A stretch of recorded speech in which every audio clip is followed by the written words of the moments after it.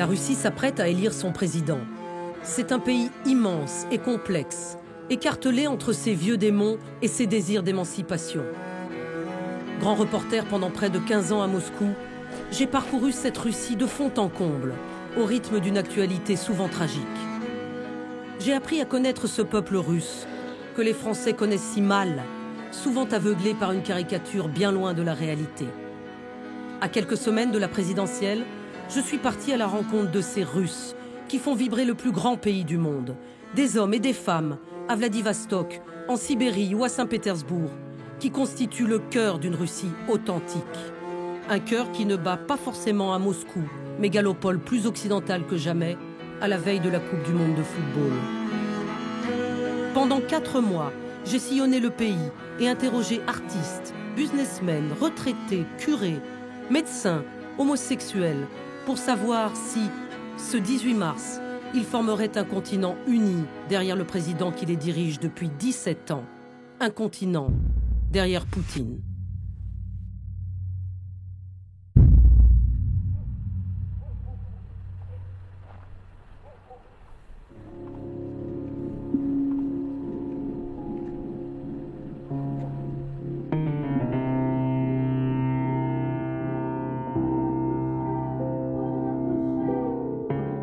Vladivostok. C'est par l'extrême est de la Russie, à plus de 9000 km de Moscou, qu'Alexandre Solzhenitsyn, prix Nobel de littérature, avait choisi de revenir de son exil forcé aux États-Unis en 1994. Je commence par cette ville de 600 000 habitants, à 7 fuseaux horaires du Kremlin, quelques kilomètres de la Chine et de la Corée du Nord, face au Japon. Ici aussi, on va renouveler la confiance envers Vladimir Poutine. Ces Russes d'Extrême-Orient ont une parole libre. Ils nous ressemblent, beaucoup plus qu'on ne le croit. À l'image de Pacha, ce père de famille avec qui j'ai rendez-vous sur les hauteurs de la ville, dans sa maison à flanc de colline baignée par un soleil glacial. Ah, vous êtes en train de jouer là? Oh, c'est vraiment magnifique ici. Je peux vous aider? Ah, bonjour. Pacha n'est pas là. Comment ça, il n'est pas là? Mais enfin, c'est sûr qu'il est là. Il nous attend. Il est arrivé hier soir. Il doit être là. Il est beau ce quartier. Vous l'aimez, j'imagine. Je l'adore. En quoi il est spécial? Je sais pas, j'y suis née. Je n'ai absolument pas envie de partir. Nulle part. Non, mon fils et mon petit-fils sont nés ici. Nous sommes tous d'ici. Ah ouais, vous êtes tous d'ici. Alors, ouvrez-nous s'il vous plaît. Il est où, Pacha? Bonjour. Bonjour. Ah, moi aussi, on me dit bonjour? Oui, oui, toi aussi. Vous devez avoir une vue splendide d'ici, non? Montrez-moi la vue. Comment ça s'appelle votre quartier? Le faubourg de Matelot. Pourquoi? Notre ville s'est développée le long de la rue principale, avec ce genre de faubourg. D'un côté, il y avait le faubourg des officiers, où ils vivaient tous. Après, il y a eu le faubourg des hôpitaux. Et ici, de notre côté, se sont installés des matelots mariés, avec leurs familles.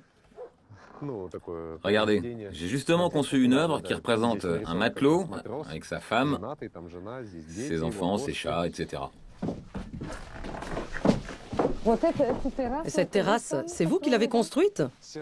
Oui, j'ai fait la terrasse pour que les enfants puissent y jouer. Ici, j'ai commencé à faire un panneau en mosaïque. Je me suis représenté moi, avec des cubes, pour montrer mes abdos. Mon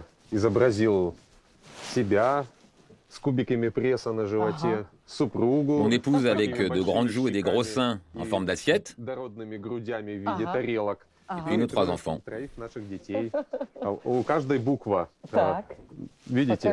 Chaque panneau, regardez, est marqué avec une lettre. A comme Ania, L comme Lida et N comme Nadia, du prénom de ma fille aînée.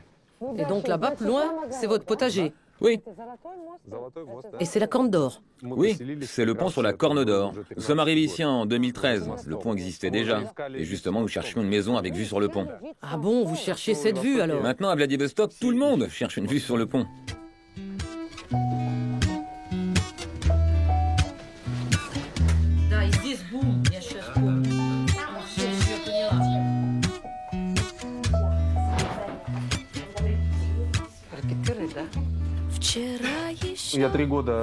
J'ai travaillé 3 ans à Vladivostok et 6 mois sur Sakhaline.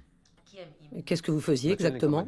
Je dirigeais le service en charge de l'aménagement esthétique de la ville.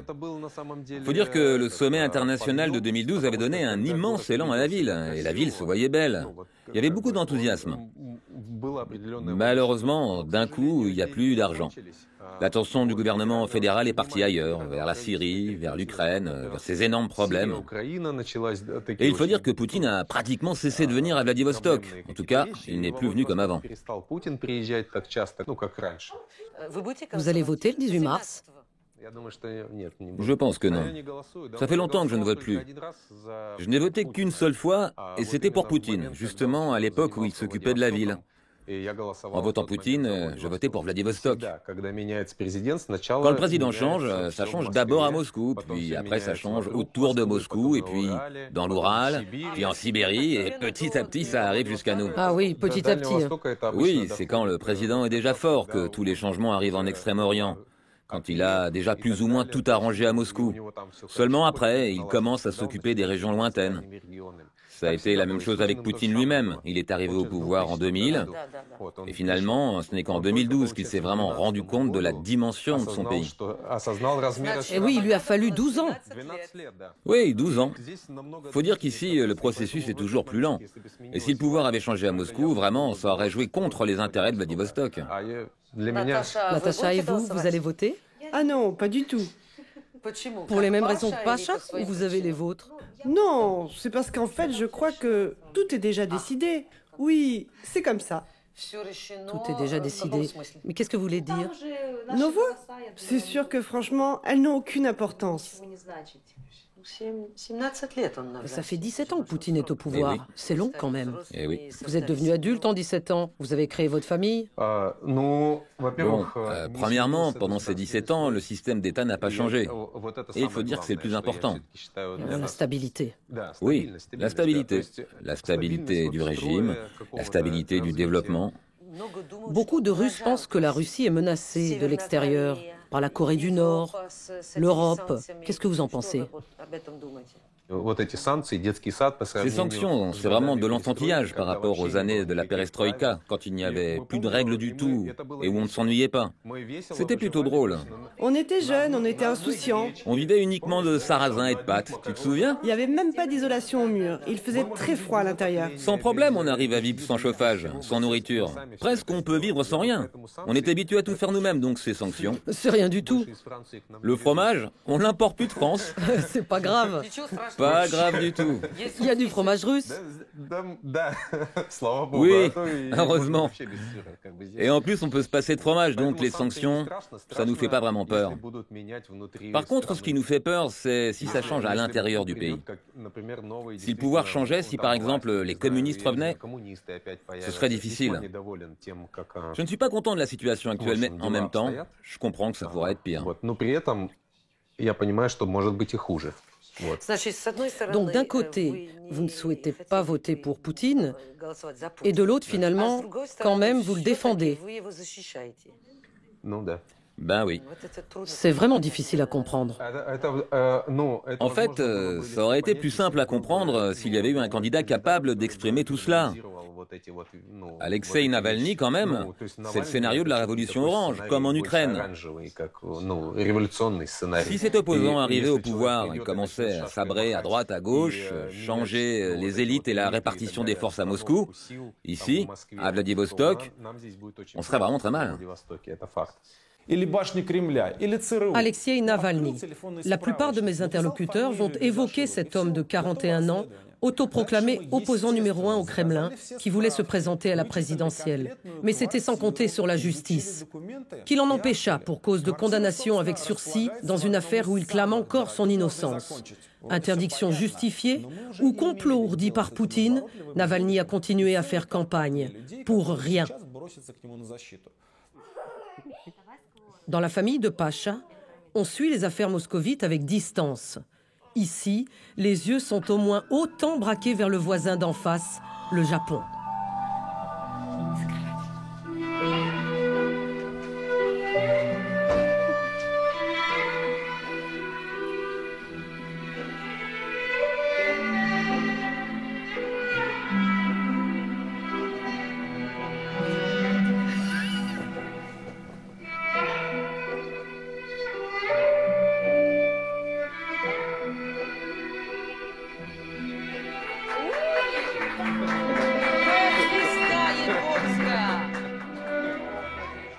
Avant de reprendre la route, Pacha me montre certaines de ses réalisations extérieures, ici en centre-ville, et là, au bout de l'île Ruski, choisie comme centre de congrès par Vladimir Poutine pour le sommet international dont il me parlait tout à l'heure.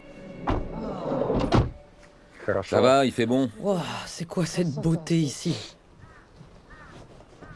Voilà, regardez là-haut. De ce côté, il est en train de sourire, et de l'autre, il est plutôt triste. Вчера еще в глаза глядел, а нынче все косится в сторону. Вчера еще до птиц сидел, все жаворонки нынче вороны. Moscou a investi 12 milliards de dollars à Vladivostok. Un nouveau port et 2 gigantesques viaducs que j'emprunte pour rejoindre un entrepreneur de 30 ans. Il s'appelle Sacha et a monté la première boutique de bande dessinée de la ville. Mais sur la route de son travail, ce n'est pas d'un super-héros dont il me parle, mais du président Poutine, dont il a suivi en partie la conférence de presse annuelle la veille. T'as regardé les 3 heures de conférence de presse avec Poutine? Non, j'ai regardé que quelques minutes, notamment un extrait où il parle de Navalny. De Navalny? Oui, c'est quand Poutine répond à la question de cette journaliste candidate qui parle de l'opposition. Ah oui, c'est elle qui a posé la question. Oui, c'est elle. Quoi exactement? Je vous la montre?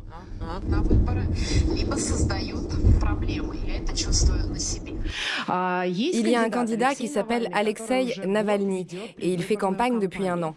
Des casiers judiciaires fictifs contre lui ont été spécialement fabriqués. Parce qu'il y a un véritable climat de peur. Les gens comprennent qu'en Russie, être dans l'opposition, ça veut dire soit se faire tuer, soit se faire mettre en prison, soit encore quelque chose d'autre dans le genre. Donc voici ma question. Pourquoi est-ce que ça se passe comme ça? Le pouvoir aurait-il peur de concurrents honnêtes? Concernant le personnage que vous avez évoqué, est-ce que vous auriez vraiment envie que ce qui s'est passé à Kiev se reproduise ici? Qu'il y ait chez nous une tentative de coup d'État? Nous avons déjà vécu tout ça. Mais quoi? Vous voulez que ça recommence? Je suis sûr que la majorité absolument écrasante des habitants de la Russie ne le souhaite pas et ne le permettra pas. Moi, je pense pas que Navalny a l'intention de déstabiliser le pays. Et Poutine, vous pensez qu'il a raison quand il dit que tous ces événements ont déjà eu lieu en Russie? Je sais pas trop, enfin, il essaie surtout de noyer le poisson. Cette question sur l'opposition, vous ne croyez pas que Poutine savait à l'avance qu'on la lui poserait? Non, je suis pas sûr. Je suis pas sûr du tout, en fait.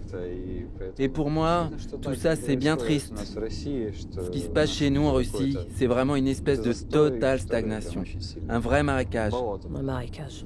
Un marécage dont on aura bien du mal à sortir. Avant d'arriver à sa boutique, nous nous arrêtons dans un centre commercial où Sacha a réservé un stand pour vendre ses bandes dessinées.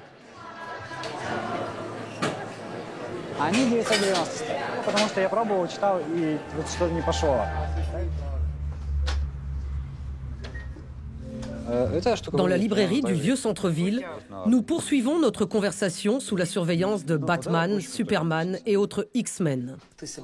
Vous vous préparez à aller voter le 18 mars? Oui, je pense que oui.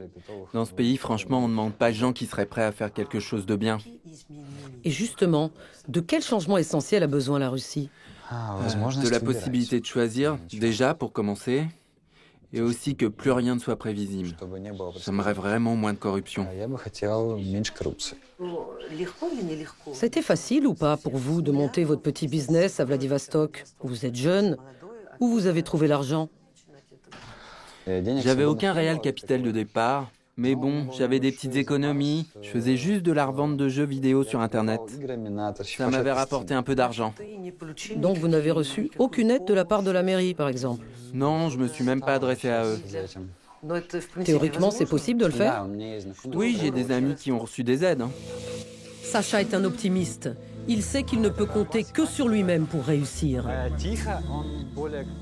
Symbole de jeunesse et de dynamisme, il est le parfait reflet de cette drôle de ville coincée entre mer du Japon et frontière chinoise.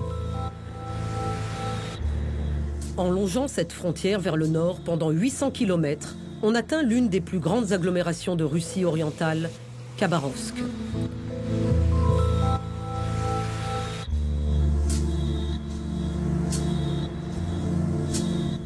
« 600 000 habitants vivent sur ces rives du fleuve Amour, où les stigmates des constructions massives de l'ex-Union soviétique n'ont pas encore disparu. La ville s'est néanmoins transformée ces 20 dernières années, mais à l'image du pays, elle n'a pas réussi à enrayer la baisse de sa natalité. Problèmes économiques ou crise de société plus profonde? Pour le savoir, je rejoins le docteur Yuri Berdakov, directeur de la clinique prénatale de la ville depuis 9 ans. Où est-ce qu'on se trouve là? Ici, on est aux consultations des femmes du centre périnatal, là où tout commence, si je puis dire. On accueille ici des femmes qui veulent concevoir des enfants et aussi des femmes enceintes qui veulent avoir des consultations. Et enfin, celles qui viennent accoucher. Il y a combien de cliniques dans la région de Khabarovsk? De ce niveau-là, c'est la seule. La région de Khabarovsk est beaucoup plus grande que la France, mais malheureusement, elle est moins peuplée. Donc les femmes viennent de tous les coins de la région pour se faire soigner ici. Voilà une salle d'accouchement où l'on peut trouver tous les équipements modernes. Cette femme vient d'accoucher. Quand exactement? Ce matin. Il y a seulement quelques heures. Oui, parce qu'après l'accouchement, les femmes sont ici pendant 2 heures dans cette salle. Elles ont la possibilité de rester avec leur enfant, ce qui n'était pas le cas avant.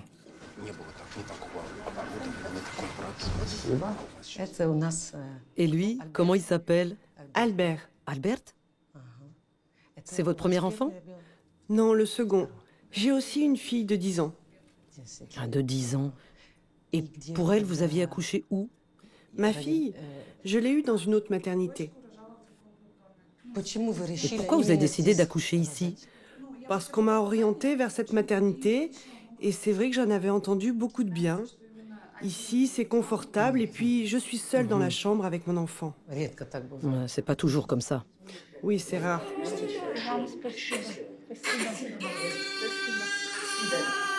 Selon nos statistiques, 2500 à 3000 enfants naissent tous les ans ici. Maintenant, je pense que quand la nouvelle aile de l'hôpital sera ouverte, on sera plutôt entre 3000 et 3500 naissances. Le taux de natalité en Russie n'est pas très élevé. Pour le moment, malheureusement, non. Il n'est pas très élevé. Il diminue même dans notre région de Khabarovsk. Le gouvernement veut promouvoir la natalité et encourage les familles potentielles en instaurant des subventions. Et à partir de la naissance du deuxième enfant, les parents reçoivent ce qu'on appelle un capital maternel. Ça s'élève à combien à peu près? Vous avez une idée? C'est environ 400 000 roubles.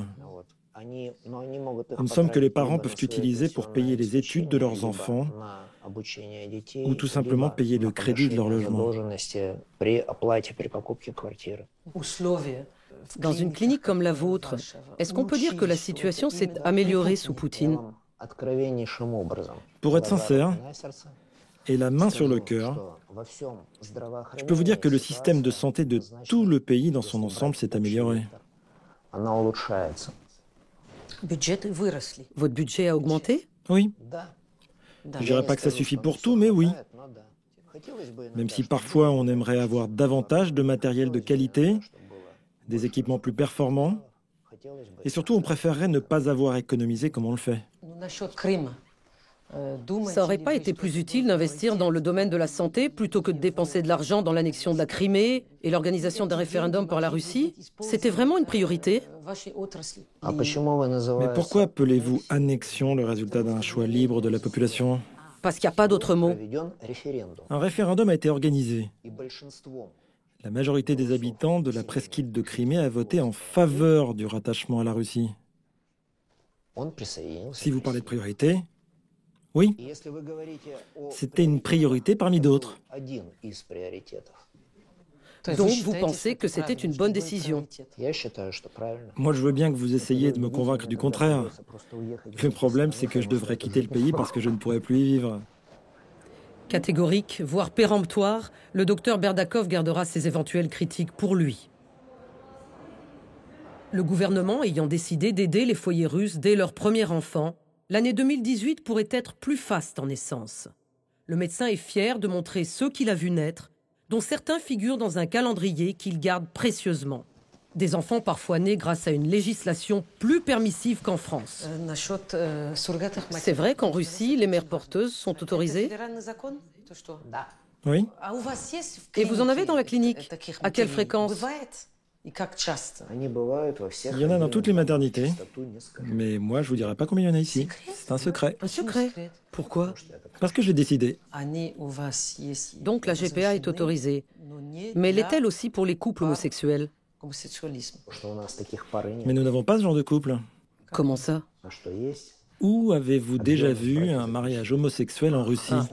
Vous voulez dire qu'officiellement, les couples homosexuels n'existent pas en Russie? Non, il faut savoir de quoi on parle. On parle de pratique ou de théorie? Moi, ce qui m'intéresse, c'est de savoir concrètement. Et moi, concrètement, justement, ça ne m'intéresse pas. Ces gens-là, ok, ils se sont rendus compte qu'ils étaient différents, qu'ils étaient homosexuels. Eh bien, moi, je suis hétéro, c'est tout. J'ai une femme, j'ai des enfants, et je serais très malheureux si un jour mes fils décidaient qu'ils étaient des filles. Mais enfin, si vos fils étaient amoureux de garçons, ça voudrait pas dire qu'ils sont des filles. Eh bien, moi, ça, je ne comprends pas. Tolérance pour la GPA, mais propos d'un autre âge sur l'homosexualité, le docteur Yuri Berdakov représente bien les paradoxes de la Russie moderne. Passionné de photos, il chérit ce calendrier où chaque mois de l'année est illustré d'un enfant. Des portraits en noir et blanc pris par son ami photographe Dimitri, un artiste pas vraiment du même bord politique que lui. Je le rejoins ce matin sur un shooting pas comme les autres, dans la banlieue de Khabarovsk. Ah, Dimitri, bonjour. Bonjour. Ça va? Ça va très bien. Tout va bien. Bon, on est prêt à y aller? Qu'est-ce que vous allez faire ici? Je vais photographier des enfants qui cherchent à être adoptés. Qui cherchent? Oui, ils cherchent des familles d'adoption. Et pour qu'ils trouvent des bonnes familles d'adoption, il leur faut de belles photos. Ah oui, bien sûr. Donc c'est un orphelinat? Oui, c'est l'orphelinat de la ville. On y va?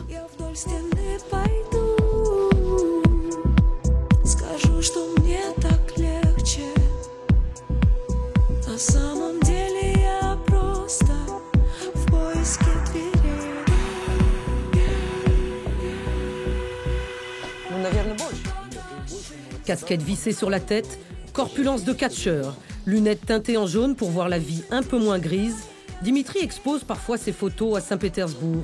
Mais surtout, il travaille régulièrement pour l'agence de presse TASS.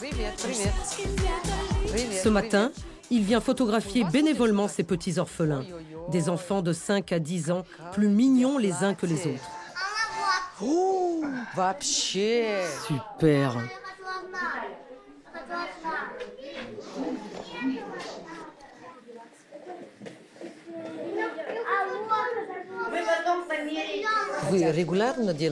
Vous organisez ce genre de sessions photo régulièrement? Oui. Les enfants grandissent vite, donc c'est nécessaire une fois tous les 6 mois à peu près. Avant, les enfants restaient ici jusqu'à leurs 18 ans. Aujourd'hui, heureusement, les citoyens russes adoptent de plus en plus. Comment ça se fait qu'ils adoptent plus? Parce que l'État subventionne plus ces familles et que, d'une certaine façon, il y a une prise de conscience. Donc, la situation s'est améliorée. Pas autant qu'on voudrait, mais on voit enfin le résultat de ce travail. Dima, regarde, voilà notre petite star. C'est facile de photographier les enfants? Oui, c'est super facile. Il ne faut surtout pas leur dire quoi faire. Ils savent tout très bien tout seuls. Si tu les commandes, Ils se figent. Regarde là, ils sont heureux, ils sourient.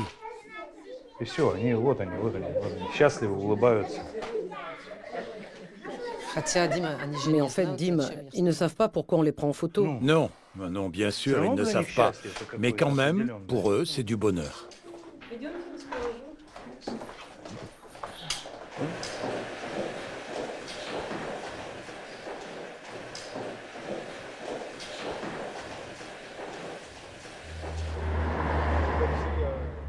Direction les rives du fleuve Amour, le seul endroit de la ville qui trouve grâce aux yeux de Dimitri. Dim, et ça fait longtemps que vous habitez ici, à Khabarovsk? Ça fait plus de 20 ans. Plus de 20 ans? Et ça vous plaît? Pour être honnête, non. Non. Non. Pour moi, Khabarovsk, c'est vraiment une ville grise. Pourquoi vous n'avez pas déménagé? Je voulais partir. Au début, c'est ma famille qui me retenait.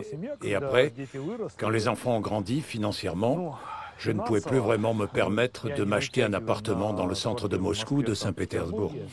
Pourtant, j'avais même projeté d'ouvrir un business à Saint-Pétersbourg. Quel genre de business? Une boutique de thé. Pourquoi ça n'a pas marché? Le conflit en Ukraine a commencé, les sanctions sont apparues, le prix du dollar a augmenté. Toute l'économie russe est liée au dollar. On se demande bien pourquoi. En tout cas, le prix de la boutique a augmenté et avec l'argent que j'avais, je ne pouvais plus l'acheter. Dima, le fleuve Amour, il est aussi large que ça partout. Et il y a des endroits encore plus larges. Et là, juste en face de nous, c'est quoi? La Chine. C'est loin? 2 heures en bateau. Mais les prix ont monté. Nous, les Russes, on a moins de raisons d'aller en Chine. En revanche, ce sont les Chinois qui viennent chez nous. Avant, c'est nous qui allions chez le petit frère. Maintenant, c'est le petit frère qui vient chez nous. Ça veut dire que le petit frère est devenu le grand frère, en fait. Pour vous, qui est responsable du fait que l'économie ne se développe pas? Évidemment, le gouvernement. Qui d'autre? On pourrait dire que c'est à cause du peuple qui serait paresseux, mais non, non. Le peuple n'est pas paresseux. On fait juste tout pour l'abrutir. Vous irez voter? Bien sûr, j'irai voter, bien sûr. Mais vous n'irez pas voter Poutine? Certainement pas. C'est la 18e année du règne du Parti Russie Unie et de Vladimir Poutine. Moi, je souhaiterais qu'enfin, mon droit à choisir soit respecté.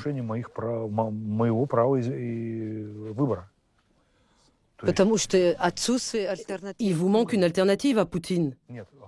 Peut-être qu'il y en a une d'alternative. Mais on ne laisse pas la possibilité à d'autres candidats d'arriver aux élections. Le propos est lucide, courageux même face à une caméra.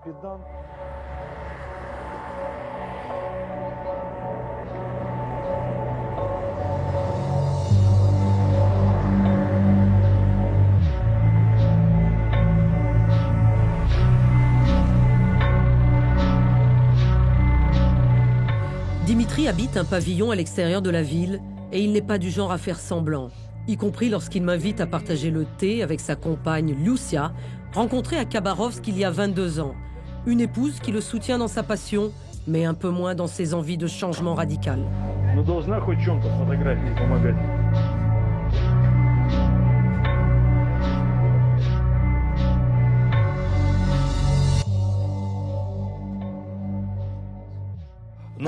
Les photos de reportage, pour moi, c'est purement alimentaire. Pour l'agence TASS? Oui, pour l'agence TASS. Bon, c'est vrai qu'ils ne paient pas beaucoup, mais c'est prestigieux de travailler pour eux. Artiste photographe, ce n'est pas un travail à temps plein. C'est pas régulier. Non, bien sûr, c'est pas régulier. Pour un photographe, un jour il y a du travail, le lendemain il n'en a pas. Et vous, Lucia, c'est quoi votre travail? Je suis employée à la station-service du coin. Dim, votre rêve de partir ailleurs, dans une autre ville? Lucia ne soutient pas du tout mon rêve. Lucia ne vous soutient pas du tout? Oui, parce que moi, je veux rester plus près de mes enfants. Et surtout du dernier de mes petits-enfants qui vient de naître. Et vous n'aimeriez pas vivre dans un autre pays, avec un système politique tout à fait différent? Ou alors, peut-être c'est pas si important pour vous. Moi, vous savez, je me méfie plutôt de la politique. Ça vous indiffère? Oui, c'est exactement ça. C'est moi qui l'a poussé à aller voter. Vous irez voter à la présidentielle? Je ne sais pas. En mars. Si, On elle verra. ira. Non, je ne sais pas. Ça n'a pas de sens d'aller voter. Tout est déjà décidé à notre place. Ah bon? C'est ce que vous pensez? Mais ta position n'est pas du tout la bonne. Absolument pas. Non, Dima. Mais j'ai le droit de le penser. C'est justement parce que des gens raisonnent comme toi qu'au final, une majorité de Russes accepte le pouvoir en place. C'est tout. C'est comme ça. Tu n'as pas peur de ce qui arrivera après? Bon. Disons que tu vas encore travailler 10 ans et après tu vas recevoir combien de retraite? 10 000 roubles? Et alors? 10 000 рублей. И что дальше? Et qu'est-ce que je peux y faire? Tu as la possibilité d'essayer de modifier les choses en allant voter pour quelqu'un d'autre. Et toi, la seule chose que tu dis, c'est « ça sert à rien d'y aller ». Attendez. Ça veut dire qu'en fait, c'est toi-même qui ne veux pas changer le système. Finalement, c'est confortable pour toi. Enfin, il y a vraiment un autre candidat pour qui vous pourriez voter? Du moment que ça change les choses, on pourrait voter pour n'importe qui d'autre, pour qu'il y ait du changement au sommet du pouvoir. Si t'as pas été bon, si t'as rien pu changer, quitte le pouvoir et laisse la place à un autre. C'est sans doute par amour pour Dimitri que Liusa adopte un discours plus fataliste que contestataire. Pas envie de se faire remarquer et encore moins de faire la révolution. Solide, le couple attendra que la caméra s'arrête pour s'étreindre, le temps d'une photo d'adieu.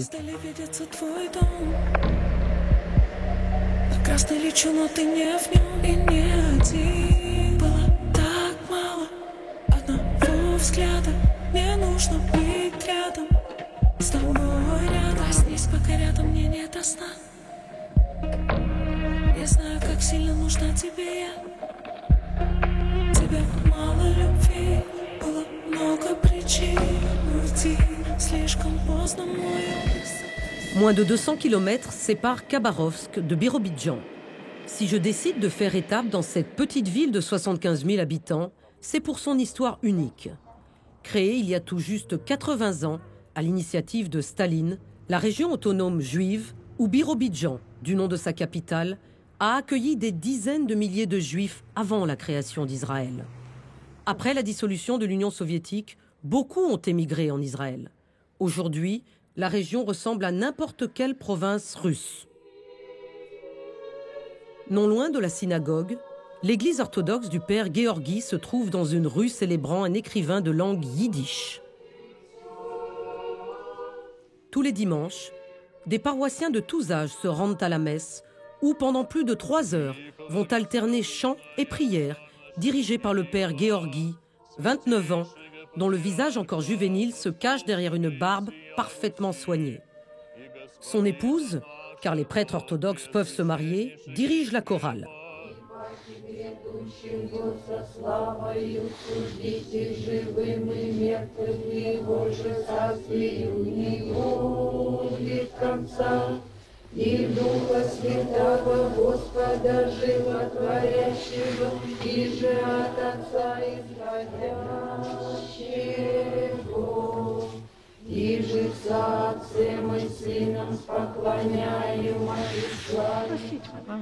Voilà notre grand-mère Tania, elle a 94 ans.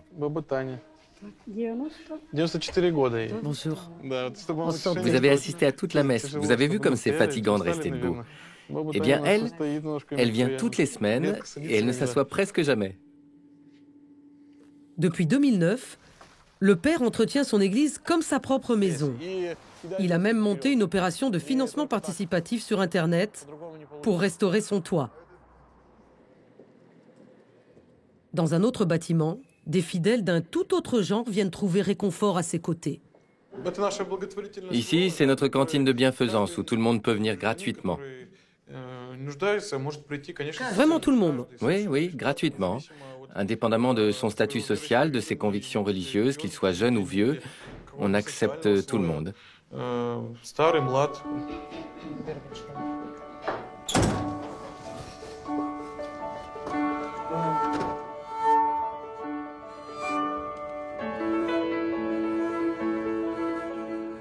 Le père Gueorgui vit à 2 kilomètres de là avec sa femme, ses 2 petites filles et ses beaux-parents, dans un appartement exigu qui n'est même pas le sien.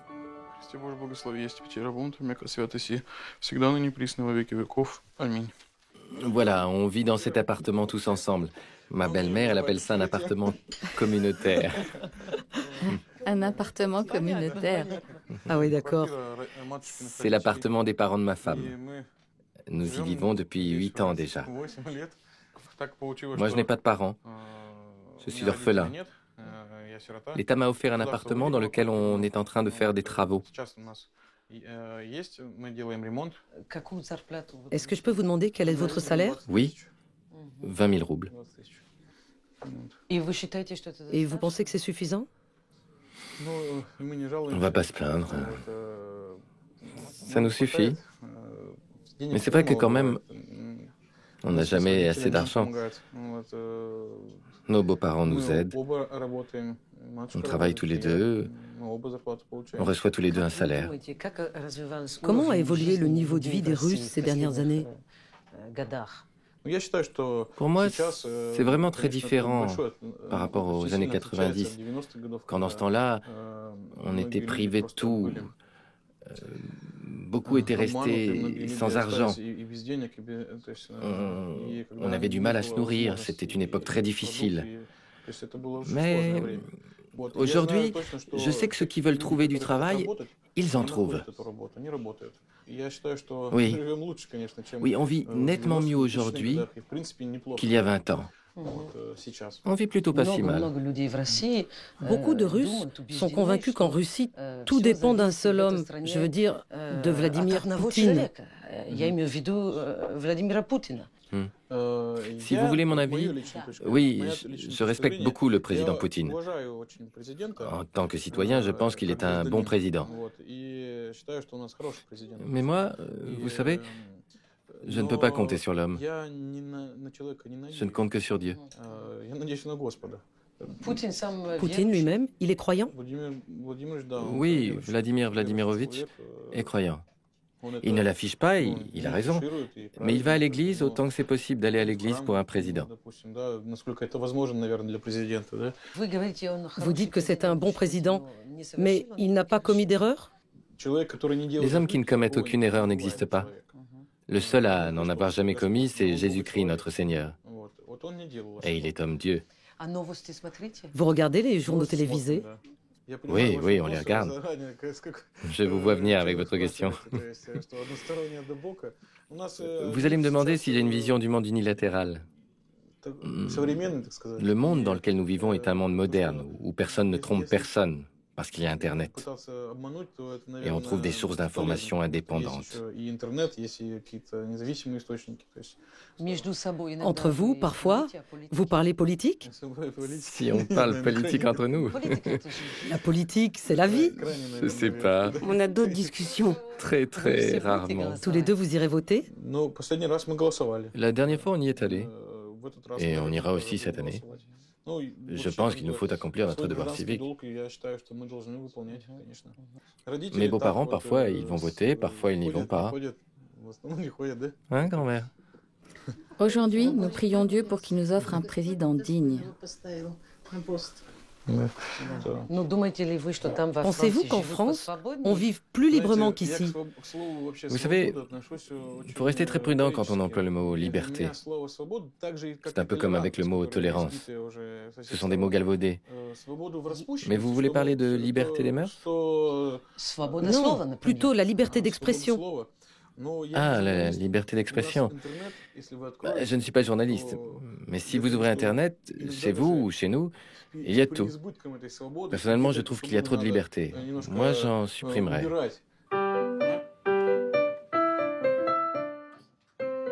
Pas certain que mon amie Ludmila soit d'accord avec l'analyse du père Gueorgui. Ludmila connaît bien la France. Elle s'y est rendue à plusieurs reprises et une de ses filles poursuit des études à Paris. Je l'ai connue ici, au début des années 2000, alors que j'écrivais un livre sur le Birobidjan. À l'époque, Ludmila était professeure de français à l'université. Mais pour des raisons politiques et budgétaires, le français n'est plus enseigné. Ludmila doit maintenant se contenter de quelques cours privés chez elle ou dans ce petit institut de langues étrangères, rue Lénine. Mon quartier, il est vraiment tranquille.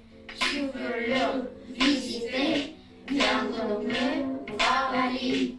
Comment tu t'appelles? Ilia. Ilia. Je m'appelle Ilia, j'ai 10 ans. Ah, 10 ans, d'accord. Et toi? Je m'appelle Arina, j'ai 12 ans. 12 ans. Je m'appelle Elena, j'ai 11 ans. 11 ans, d'accord. Combien d'élèves tu as en tout en classe particulière? À peu près. 17. 17. Réguliers? Réguliers, oui. Tu nous as montré que tu apprenais le français aux enfants grâce aux chansons. Oui, j'adore. Ça aide. Oui. J'ai vu le film Aimer, boire, chanter. Oui. Et à la fin de ce film, il y a un air sur la musique de Strauss. Sachons aimer, boire et chanter, c'est notre manière d'exister. C'est quelque chose comme ça. Voilà. Je chante tout ce que j'entends. D'accord. Bien, merci. Ramassez tout. Ludmila est mariée à Sergueï. Tous deux faisaient partie de ces jeunes Russes qui croyaient en la réussite facile du début des années 2000. Ils se sont endettés, beaucoup, et ont subi de plein fouet les effets de la crise. La société de Sergueï a fait faillite, le couple a tout perdu, et notamment son grand appartement du centre-ville, pour partir en banlieue. Eh bien, j'habite toujours au 5e. Ah, t'as pas changé d'étage? Voilà. Aujourd'hui encore, ils n'ont pas tout remboursé. Ah oui, ça vraiment. Monter les 5 étages, t'aimes bien, hein? On peut le faire plusieurs fois par jour. Ma mère, elle croit que nous sommes coupables, vraiment coupables. Moi, je crois que ça, c'est inconscience. C'est pas la... C'est inconscience. C'est notre leçon à nous qu'il faut être plus instruite, avoir plus de précautions pour faire le business. Je n'étais pas bien éduquée pour aider à mon mari à travailler dans l'entreprise. Pendant la période soviétique et après la chute de l'Union soviétique, il y avait les jeunes hommes, comme mon mari par exemple, qui ont bien réussi à faire leur entreprise, mais ils n'avaient aucune éducation pour le faire. L'éducation de mon mari, c'est informaticien. C'est grâce à son caractère, à sa personnalité qu'il a réussi. Pas vraiment d'espoir à l'horizon, et surtout pas lorsque j'évoque avec elle les prochaines échéances politiques. Nous n'avons pas l'opposition politique. Et n'importe quel candidat va poursuivre la même ligne. Pourquoi une majorité de Russes, encore aujourd'hui, reste en faveur de Vladimir Poutine et s'apprête à revoter pour lui? Comment on peut l'expliquer? C'est la stabilité que les gens ont perdue pendant la période de perestroïka. C'était vraiment très difficile de perdre tout. Et maintenant, il y a quelqu'un qui garde toujours la même ligne. Et tu n'as jamais voté pour lui? Tu voteras jamais pour lui? Non, jamais. Je n'aime pas toutes sortes de manque de liberté. Et quand tous me demandent de voter pour, je ne vote pas. Je ne veux pas faire contre. Oui. Je suis délicate, je suis tolérante, mais je ne vote pour. Et dans ta famille, tu es la seule à ne pas voter pour Poutine? Je sais pas. Peut-être mes parents vont voter pour Poutine. Peut-être. Peut-être. Mais tu vois, tous les ans, on a augmenté un peu leur retraite. Cette année, on n'a pas augmenté. Ah, oui. Dans son téléphone, Ludmila a conservé des photos de sa vie d'avant, ces années fastes où le couple possédait plusieurs voitures et une datcha. Aujourd'hui, elle rêve d'autres horizons. J'aimerais bien vivre autrement, pas comme à Birobidjan. Voilà, c'est un peu triste. La vie dans les petites villes comme ça, c'est un peu triste.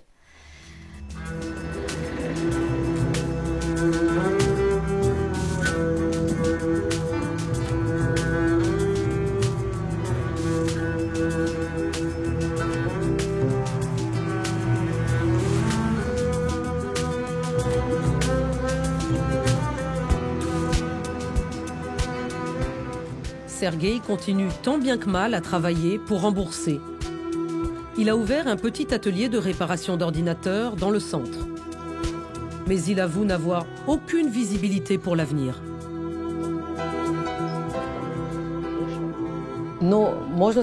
Est-ce qu'on peut dire que votre niveau de vie a chuté? Ah oui, sans aucun doute. C'est-à-dire que ce que Lyudmila et moi pouvions nous permettre avant est hors de portée aujourd'hui. Au niveau de la région, c'est devenu pratiquement impossible de réussir à développer son commerce. C'est bientôt les élections. Votre président sera certainement réélu? Oui, et alors qu'est-ce que ça va changer pour moi? Concrètement, pour vous, ça ne changera rien. Absolument rien. Autrefois, le peuple croyait en son tsar et prétendait que c'était son entourage qui était mauvais. Après, le peuple a cru en Staline et disait que c'était ses directeurs qui étaient mauvais. Maintenant, c'est la même chose. On croit en Poutine, le peuple croit en lui et fait retomber tous les problèmes sur le dos de ses députés et de ses gouverneurs. Notre pouvoir politique entretient tout ça. Poutine se place en garant de la morale, il donne des conférences à la télé, les gens s'adressent à lui 2 fois par an pour qu'il résolve tous les problèmes, il se donne l'air d'un tsar. Pas beaucoup d'espoir dans le propos de Sergueï, dont l'avenir ne tient qu'à un fil.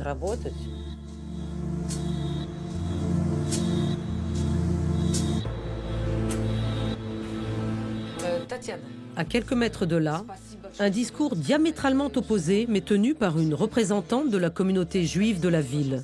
Retraitée de la fonction publique, Tatiana Fine continue à travailler dans un institut pédagogique. Et elle est très fière de ses médailles accumulées durant sa longue carrière. Ça, c'est la médaille du travailleur émérite de l'éducation nationale de la Fédération de Russie. J'ai aussi la médaille du meilleur citoyen russe. On me l'a donnée parce que j'apparais dans ce livre qui en dresse la liste. Les meilleurs citoyens russes, c'est sorti en quelle année? 1998. Je suis fière de revendiquer mon patriotisme. Ça ne me gêne absolument pas. Oui, c'est vrai, mon avis sur Poutine est positif. Oui, je soutiens le président Poutine. Oui, c'est sûr, je le soutiens vraiment. Je le respecte en tant que président. Il va y avoir des élections présidentielles en mars. Il paraît clair que Vladimir Vladimirovitch va être réélu. Vous estimez sans doute que c'est bien. Oui, on aimerait qu'il reste président. Vladimir Vladimirovitch lui-même est très critique envers ce qu'il fait et comment il le fait. Il a même dit que si un jour il sentait qu'il n'était plus à la hauteur, s'il était devenu un poids, il démissionnerait tout de suite. Mais qu'est-ce qu'il a apporté d'aussi important au pays, à votre avis? Sa capacité à maintenir une position très nette, très rigide pour défendre les intérêts de notre pays. Ça, c'est le premier point. Et ça nous plaît vraiment. Deuxièmement, on doit remercier le président Yeltsin, parce que c'est lui qui a nommé Vladimir Poutine au gouvernement. Ah oui, c'est lui qui l'a trouvé. Il l'a trouvé et nommé. C'était en 1999, au moment du réveillon, pendant qu'on était tous en train de cuisiner des salades et préparer nos toasts. Yeltsin a passé le relais à Poutine et il nous a demandé pardon pour ses erreurs. Et nous, les Russes, vous savez comment on est. On lui a pardonné. Pensez-vous que les médias ont correctement couvert la guerre en Crimée? Mais c'est le peuple qui a voulu le rattachement de la Crimée à la Russie. C'est une autre affaire. Mais avant le référendum, il y a bien des militaires russes qui avaient pénétré en Crimée. Attendez, mais tout a commencé par quoi? Par l'humiliation des russophones en Ukraine. Et maintenant, la langue russe est interdite dans toutes les écoles du pays. Vous le savez, ça, qu'elle est interdite. Oui. Voilà, vous avez compris. Voilà le problème. Je connais mal les statistiques, mais en Ukraine, la moitié du pays parle russe et pense en russe. Ça vous rappelle pas le moment où Adolf Hitler est arrivé au pouvoir? Ça ne vous rappelle pas quand les Juifs étaient obligés d'écrire en allemand alors qu'ils continuaient à penser en yiddish? Et vous savez où tout ça a amené l'Allemagne par la suite? Donc vous comparez la situation en Ukraine avec ce qui s'est passé sous Hitler? Oui, absolument. Un propos caricatural, mais très en phase avec la propagande de Moscou. Je quitte Birobidjan pour un voyage dans le transsibérien de 2 jours, 6 heures et 50 minutes, qui m'amène à Irkoutsk, 3000 km plus à l'ouest, en plein cœur du continent. Cette métropole de 650 000 habitants est la porte d'entrée sur le lac Baïkal. Celle que l'on surnomme le Paris de la Sibérie attire de plus en plus de touristes russes épris de nature. Américains, Européens, mais surtout chinois, boostent l'économie d'une ville qu'un homme rêverait de voir inscrite au patrimoine de l'UNESCO. Dimitri Razumov. À 42 ans, ce père de 2 garçons dirige une entreprise qui restaure les vieilles maisons en bois du centre-ville. Quand j'ai commencé à restaurer les maisons, je ne remettais à neuf que les façades extérieures. C'était une commande de l'État. Mais comme j'aime beaucoup l'histoire de notre ville, je suis allé plus loin et je me suis mis à reconstituer également les intérieurs. Dans cette maison, on a refait les plafonds à l'identique d'il y a 150 ans. À partir de vieilles photos. Oui, on a tout reconstitué d'après les photos. Les faïences des poêles à bois, les décors des portes, les couleurs des papiers peints et tous les autres détails. Absolument tout. Ce projet était très important parce que j'utilise ma propre maison comme showroom. J'y fais venir des amis, des connaissances, et je leur montre qu'il faut vivre comme ça, et qu'ils ont tort de vivre en dehors de la ville. Votre but, c'est que les élites reviennent vivre au centre. Au centre, oui. Dans une autre vie, Dimitri travaillait comme fonctionnaire de l'État. Avant, vous étiez au gouvernement local. Oui, j'ai travaillé pour le gouvernement de Saint-Pétersbourg, dans la région de Leningrad. Et puis, vous avez pris vos distances. Oui, j'ai été vraiment déçu. Je me suis rendu compte que je dépensais beaucoup d'énergie pour de médiocres résultats. Bien sûr, maintenant, nous vivons vraiment très bien. T'as envie de devenir riche, bah tu le deviens. Sauf que ce n'était pas possible à l'époque soviétique. Il est bien, mon bagna, hein? Oh, il est magnifique.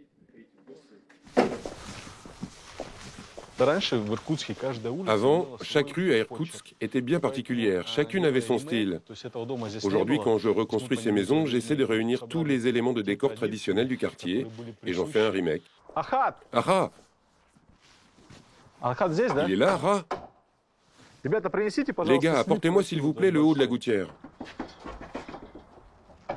Ah, alors expliquez-nous. Voilà, c'est le haut de la gouttière. En fait, ce n'est pas qu'un tuyau. On a tout redécoupé à l'identique et peint à l'ancienne.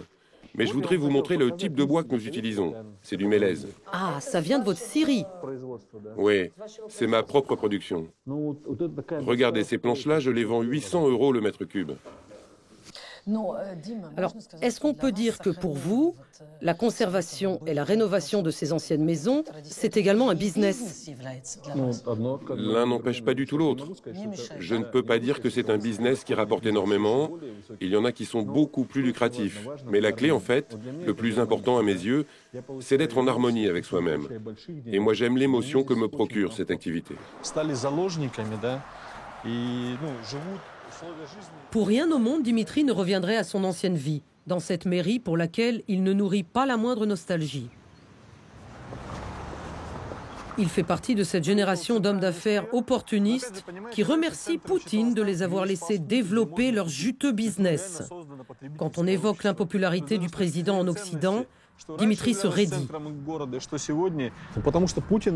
Poutine nous a absolument tout donné. Tout ce que nous avons aujourd'hui, des bonnes voitures étrangères, la liberté, la possibilité de voyager, tout ça est devenu possible depuis 20 ans seulement. À votre avis, c'est ça qui explique la popularité de Poutine? Mais bien sûr. Les gens sont contents, ils se sont mis à vivre mieux. Mais tout le monde n'est pas content. D'accord, pas tout le monde. Mais la majorité, ça c'est une constatation objective. Personne ne le met en doute, pas même Navalny. Qu'est-ce qui va se passer après Poutine? Le pays va s'écrouler. Et objectivement, aucun d'entre nous n'y est prêt. Il nous reste encore 10 ans de belle vie avec Poutine. Ensuite, ce sera une concurrence acharnée avec l'Asie. Et je suis sûr que ça va être très dur de gagner cette bataille. Surtout pour nous ici à Irkoutsk. Parce que nous sommes situés à l'avant-poste entre l'Europe et l'Asie. Jouer à se faire peur, prédire le pire si Poutine n'était plus aux manettes, c'est exactement le ressort sur lequel joue le Kremlin. Pour Dimitri, l'urgence n'est pas de se débarrasser de Vladimir Poutine, mais plutôt de préserver des effets du réchauffement climatique le joyau de la région, le lac Baïkal.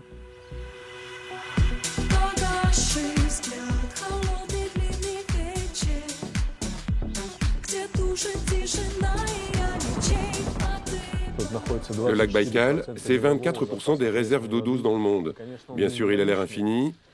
Quand tu sors en bateau et que tu éprouves cette puissance, ce n'est plus un lac, c'est même plus une mer, c'est un océan. Qu'est-ce que vous pensez? Serait-il souhaitable de développer le tourisme sur le lac ou au contraire, il faudrait le limiter pour des raisons écologiques?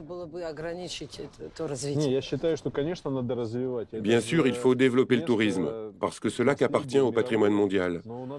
Mais il faut aussi le développer d'une manière civilisée, construire des systèmes de purification, développer une infrastructure nécessaire et conforme à des normes écologiques. On doit préserver le lac, non seulement pour les habitants d'ici, mais aussi pour tous les Russes, pour la planète entière, et surtout pour les générations futures.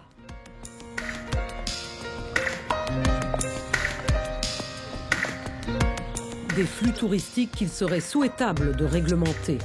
En 15 ans, le nombre d'organismes vivants est passé de 25 millions à moins de 10. Les autorités ont même interdit la pêche à l'eau moule, cette truite locale qui reste le principal revenu des riverains.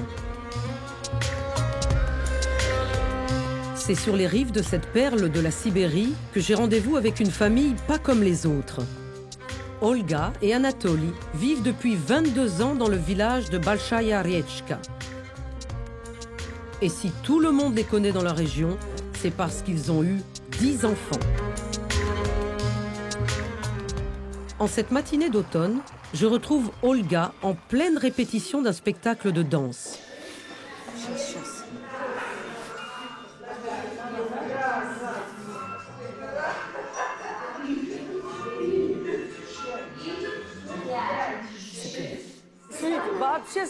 Ah mais c'est vraiment super, vous vous entraînez super bien. Bah oui, on répète une danse pour un concours. C'est quand le concours? C'est bientôt? C'est vendredi. Après-demain. Vous êtes prête? On s'entraîne dur.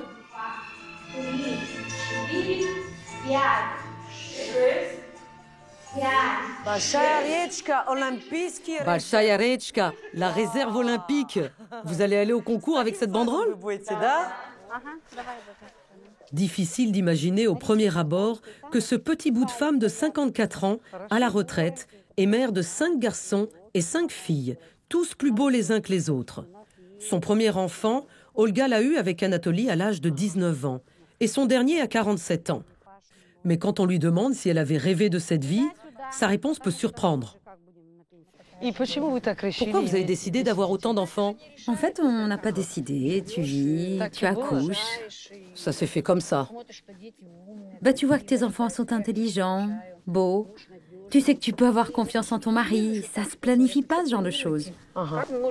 On était jeunes, on savait pas si on aurait 1, 2 ou 10 enfants. On s'est habitué à vivre modestement, on n'achète rien de cher. Les vêtements, les meubles, c'est des amis qui nous les donnent, voilà.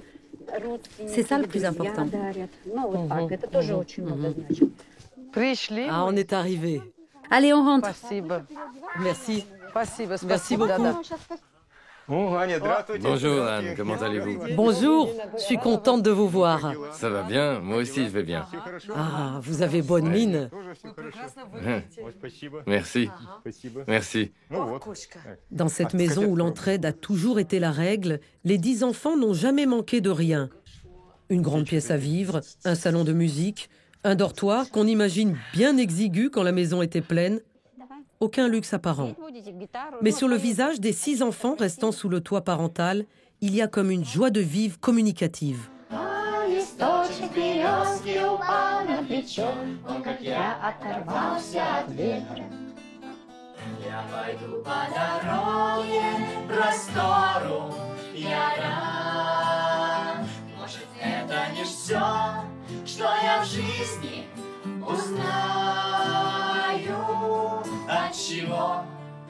Ala, tu peux faire passer s'il te plaît? Ça va être froid. En tant que famille nombreuse, est-ce que vous recevez des subventions de l'État et du gouvernement? Oui, je vais vous dire, moi, ce qu'on reçoit. 300. Exactement 280 roubles par enfant. À Moscou, c'est 2000. Et d'ailleurs, on nous dit, pourquoi vous déménagez pas à Moscou? À Moscou, c'est tant que ça, et ici, c'est si peu. Oui, c'est une prérogative des fonctionnaires d'État locaux. À Moscou, ils ont les moyens budgétaires, mais ici, ils ne les ont pas. L'État a beau dire que le pays a besoin de familles fortes, de familles travailleuses, mais moi, je ne le ressens pas, ce soutien. Vous ne le ressentez pas? Non, pas du tout. Combien de fois on a demandé une aide pour acheter un nouveau minibus? Comme on nous la refusait, on a été obligé de prendre un nouveau crédit. L'argument de l'administration, c'est qu'il nous manquait un enfant mineur pour l'obtenir. Le comble, c'est qu'on nous a même proposé d'adopter un autre enfant pour l'obtenir. Évidemment, on a refusé. On n'adopte pas un enfant pour ce genre de raison. La prime de 100 000 roubles offerte par Moscou et ce diplôme de Vladimir Poutine récompensant la famille modèle ont aussitôt attiré les médias. Mais au final, la famille s'est débrouillée plus que n'a été aidée. Mais quand on interroge Anatoly sur ses opinions politiques... Nous, on l'aime, Poutine. On aime sa façon de diriger. Pour l'instant, à part lui, Vous ne voyez pas d'alternative à Poutine? je ne vois personne d'autre. Mais pourtant, il y a d'autres candidats. Il y a des gens dans l'opposition. Vous avez entendu parler de Ksenia Sobchak? Oui. Oui, on la connaît. Mais surtout pas elle. Surtout pas elle? Mais pourquoi? Je ne voudrais vexer personne, mais elle ne me paraît pas très sensée. En tout cas, c'est l'impression qu'elle donne. Hein. Anatoly, pourquoi vous pensez comme ça? Mais parce que ça se voit. Un jour elle dit blanc, le lendemain c'est noir. On ne sait pas vraiment ce qui se cache derrière le combat contre la corruption de ces gens dans l'opposition. Ils agitent un écran de fumée pour ne pas montrer qui ils sont vraiment. Aujourd'hui, on vit en paix. Le plus important, vraiment, c'est qu'on vive sans guerre. Mais vous oubliez que la Russie est en guerre contre l'Ukraine et vous oubliez la Crimée. D'accord, mais la guerre, c'est la faute à qui? C'est la faute aux fachos et aux nazis. Qui sont les fascistes? C'est le pouvoir de Poroshenko. Vous voulez dire les Ukrainiens? Uniquement ceux qui dirigent. Les gens simples, le peuple n'y est pour rien. Un propos sans appel qui tranche avec la douceur ambiante. En attendant l'hiver, la vie s'égrène paisiblement. Bientôt, le thermomètre affichera 30 degrés au-dessous de zéro.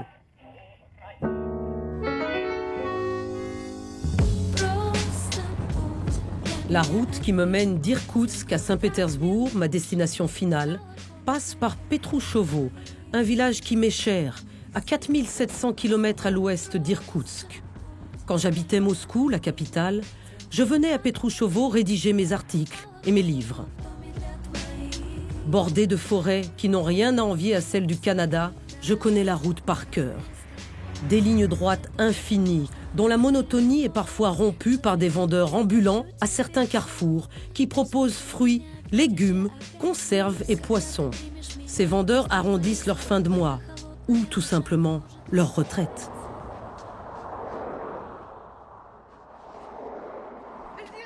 Bienvenue!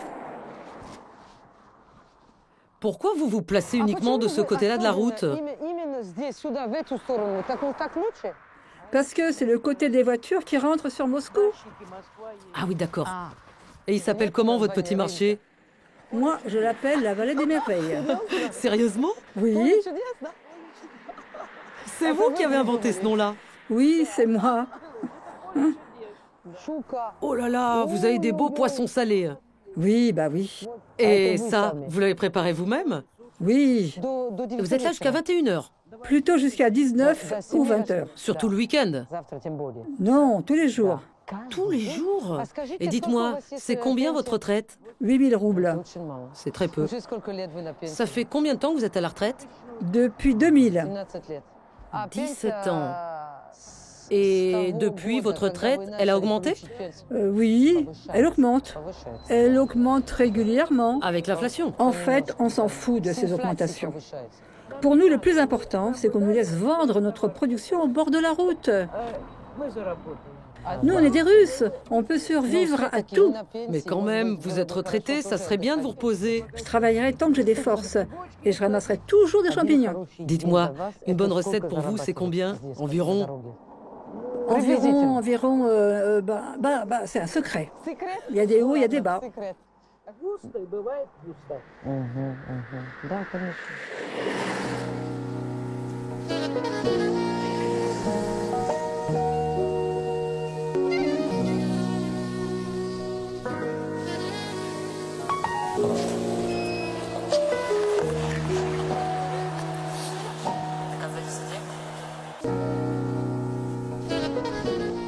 Une quarantaine de kilomètres plus loin, c'est une femme du même âge, Luba, que je retrouve au village de Petroushovo. Luba partage sa vie entre Moscou et cette maison modeste. Elle aussi est à la retraite. Elle a perdu son mari il y a un peu plus d'1 an et la situation n'est pas facile tous les jours. Moi, je me suis retrouvée ici parce que mon beau-frère habitait ce village. Ma sœur m'avait demandé de venir les aider à ramasser les patates. C'était à quelle époque? Sous Gorbatchev ou sous Yeltsin? Non, c'était sous Gorbatchev. Ah, c'était encore l'URSS. Oui, bien sûr, c'était encore l'URSS. C'était il y a très longtemps. Plus personne ne vivait dans cette maison depuis 15 ans. Elle était sans porte. Il ne restait que quelques fenêtres sans vitres. On l'a quand même achetée telle qu'elle. Luba, est-ce qu'on peut dire que la vie s'est améliorée au village? Bien sûr, elle s'est énormément améliorée. Est-ce que vous pouvez expliquer en quoi elle s'est améliorée? Quand on est venu s'installer ici, à part du pain, des pommes de terre, du chou et des concombres que les gens cultivaient dans leur potager, les gens n'avaient quasiment rien. Est-ce que je pourrais savoir le montant de votre retraite? Ma retraite, c'est 15 000 roubles. Dites-moi, honnêtement, est-ce que c'est suffisant? En principe, non. C'est pas suffisant. C'est pas du tout suffisant. Si je compte les charges de mon appartement à Moscou, 4 000, et ce que je dois payer ici, l'électricité, l'eau, le gaz et les ordures ménagères, eh bien, il ne me reste pratiquement plus rien. En plus, ici, au village, les retraités ne peuvent pas travailler. Il n'y a aucun travail pour eux. Il n'y a pas d'emploi pour les retraités ici? Non, il n'y a aucun poste à prendre. Et donc, comment ils font? Comment?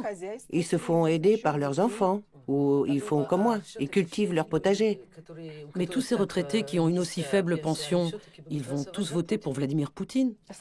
La plupart, oui. Mais pourquoi? Pour la tranquillité. Ils veulent du calme, surtout en ce moment quand on voit ce qui se passe en Ukraine. Et c'est pourquoi ils vont tous voter Poutine. Bien sûr. Et vous aussi. Et moi aussi, évidemment. Et pourquoi vous êtes tellement sûr? Parce que ma vie d'aujourd'hui me plaît. Ça fait combien? Presque 15 ans que j'ai cette vie qui me plaît. Grâce à cette vie, je peux aller me coucher tranquille. Avant, il faut le dire, cette sérénité-là n'existait pas.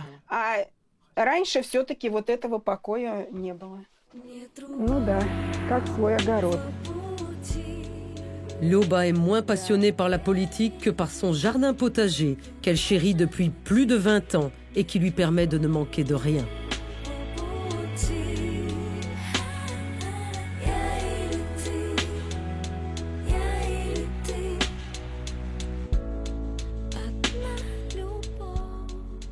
À 900 km au nord-ouest de ce village, changement de décor radical pour la ville natale de Vladimir Poutine, où j'ai choisi de terminer mon voyage.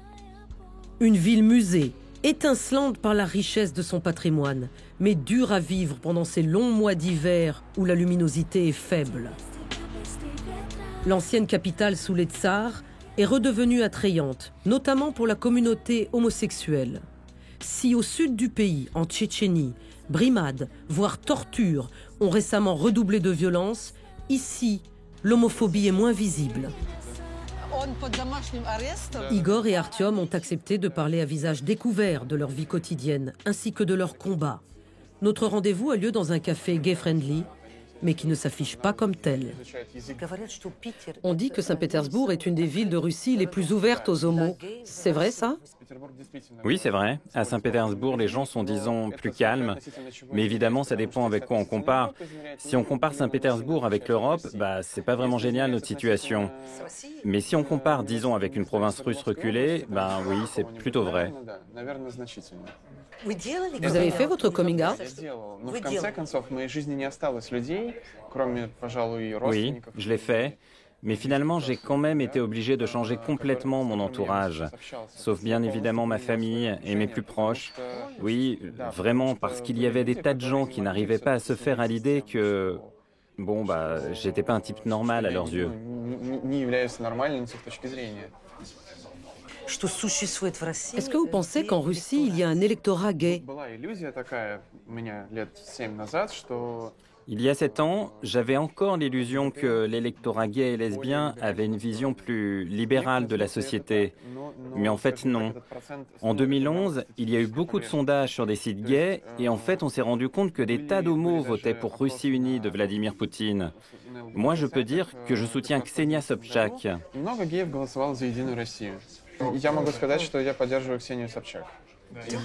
Ah oui, sérieusement. Et vous aussi ? C'est très intéressant. Oui, moi aussi, parce qu'elle a un discours qui tombe à pic, qui parle de choses qui nous concernent. Et finalement, pourquoi pas ? Et parce qu'elle s'affiche contre tous ? Oui, parce que c'est un spectacle, et qu'elle tire ce spectacle vers le haut. Tant mieux. Ksenia est un vrai showman, enfin, showwoman. C'est vraiment intéressant de l'observer, de la voir participer à la politique. Savez-vous qu'en France, l'homophobie est punie par la loi ? Vous pensez que ça pourrait être le cas en Russie ?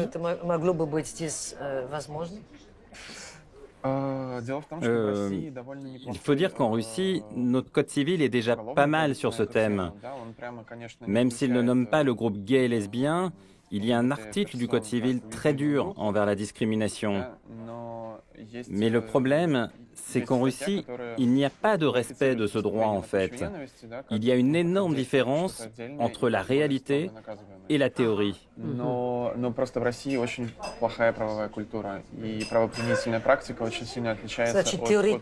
Donc la théorie n'est pas si mal, mais elle n'est pas appliquée.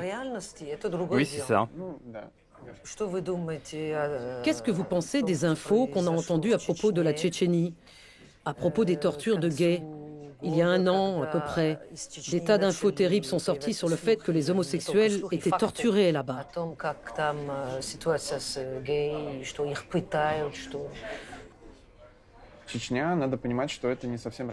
Il faut comprendre que la Tchétchénie, c'est pas tout à fait la Russie.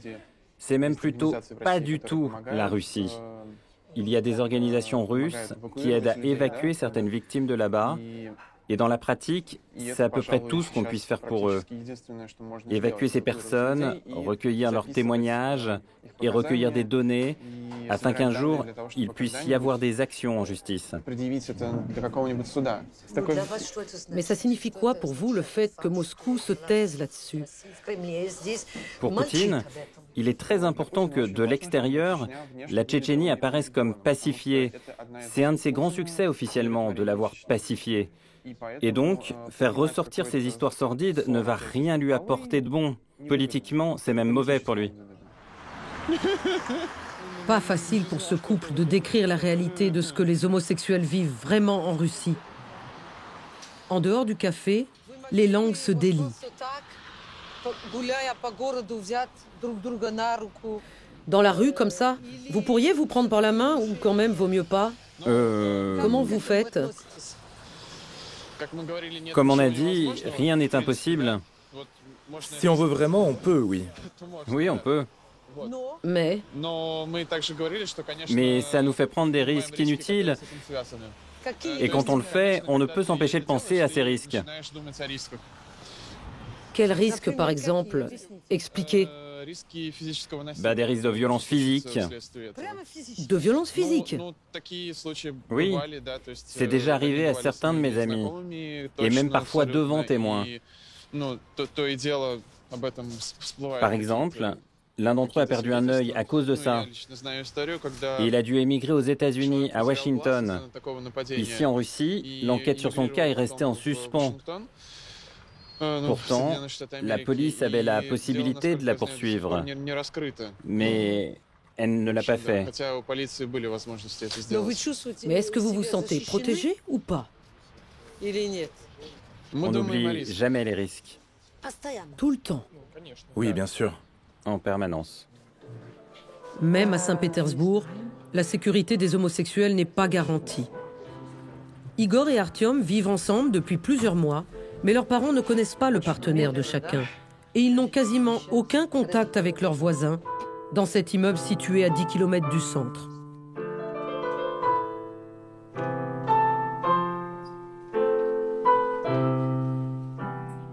Ici, dans ce 2 pièces modeste, mais moderne, on respire comme un petit parfum de bonheur et l'on découvre que le couple est en fait un ménage à 3. Salut, à bientôt.